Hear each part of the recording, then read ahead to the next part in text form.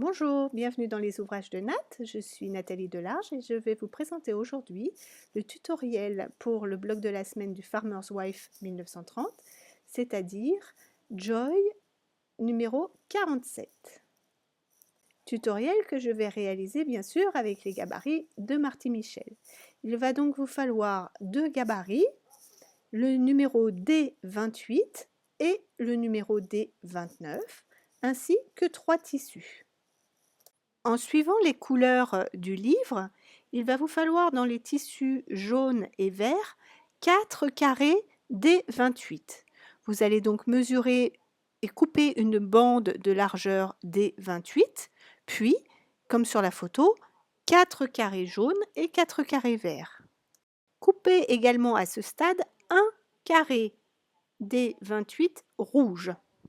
À présent, comme sur la photo, utilisez le petit triangle D29 pour couper dans votre tissu équivalent au tissu rouge du livre une bande de largeur D29.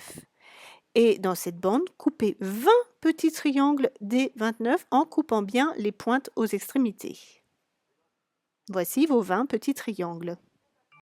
Passons maintenant aux losanges. Comment allons-nous faire des losanges alors que nous n'avons que carré et triangle comme gabarit? Eh bien, vous allez utiliser le gabarit D29, le triangle, pour couper une bande de la bonne largeur dans votre tissu équivalent au tissu vert. Et puis, comme sur la photo, vous allez faire une première coupe, comme si vous alliez couper un triangle normal. Mais nous n'allons pas couper un triangle, nous allons utiliser le même gabarit, pour couper un losange. Donc placez-le bien comme sur la photo en alignant le haut avec la bordure du haut, le bas, et puis regardez bien l'angle en bas à gauche, l'angle droit de votre triangle pour qu'il soit bien aligné avec la première pente de coupe. Vous coupez à droite du gabarit et vous obtenez un losange.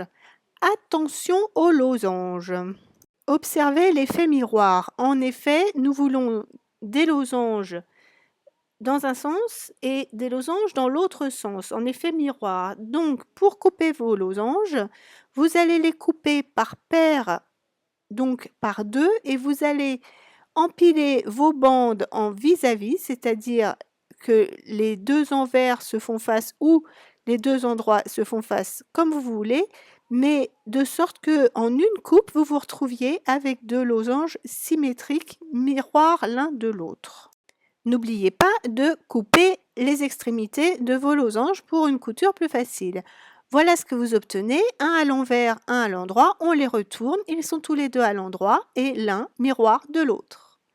Il ne reste plus qu'à positionner toutes vos pièces, à les assembler comme expliqué dans le livre en suivant le schéma d'assemblage. Vous assemblez les 4 grands triangles, puis la bande du milieu toute seule, et enfin vous regroupez toutes les pièces pour obtenir ce superbe bloc.